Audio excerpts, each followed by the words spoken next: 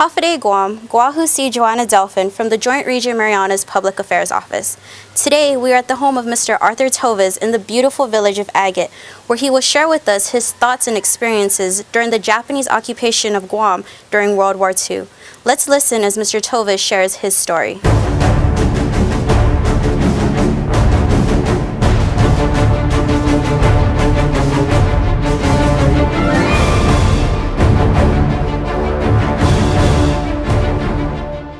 Right after the church, because it was a mass celebrating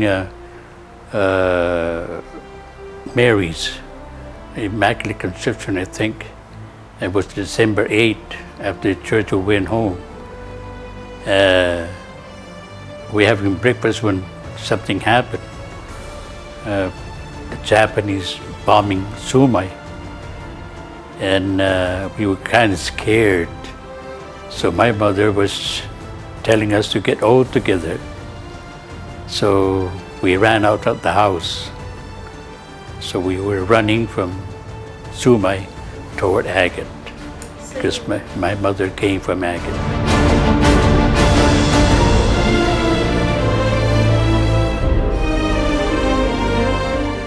In the morning after that, all we see was Japanese around us with bayonets.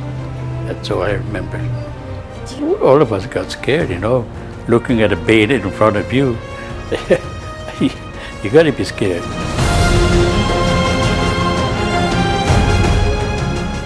During the time when it's not getting heat of the war, it's only civilian Japanese, it was all right. We go to work in the morning. I was 13 years old, and all of us, even 13 years old, older, must work. So every day we went to Roddy Point, building up the airstrip for plane to land. And that's daily, Monday to Friday. And to the rice field, or go to where they and the pasture, the cow pasture, worked there. But when the war was getting heated, that's when it's bad.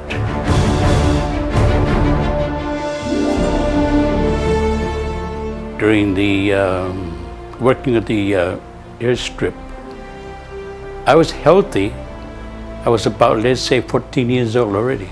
We were working there, and they took us to pick up rocks.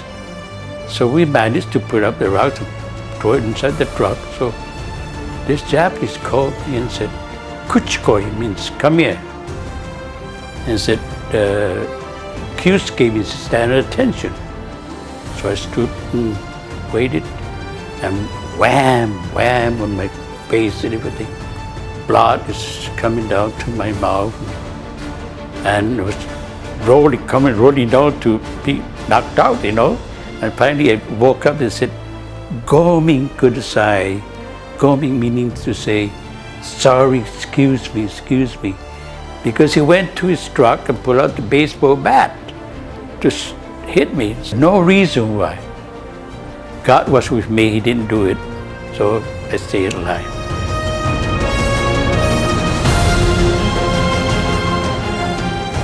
There's a message from somebody that the American landed, and they're in the vicinity of Maningan. The plane, when we come to Guam, they bomb Guam, but we can see the dogfight sometimes with the Japanese plane.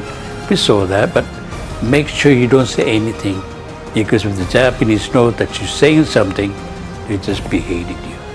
I tell you, I've never seen tall, handsome Marines, big and red, were so tall. I tell you, they're tough. They took us from Fenna toward Agate here, which is up here in the hill. Test stand, we call it test stand.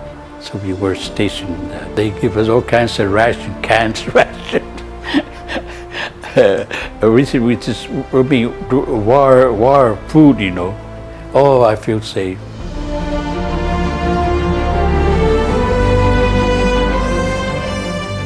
I have never felt any bad thing about the Japanese, believe me. These people didn't come to Guam for just because they wanted. They were told to come to Guam. I'm happy I'm alive. Happy that the U.S. forces came to Guam and saved the Guamini.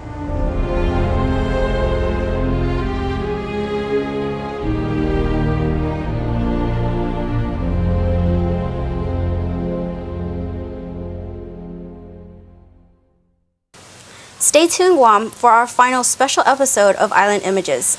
Adios!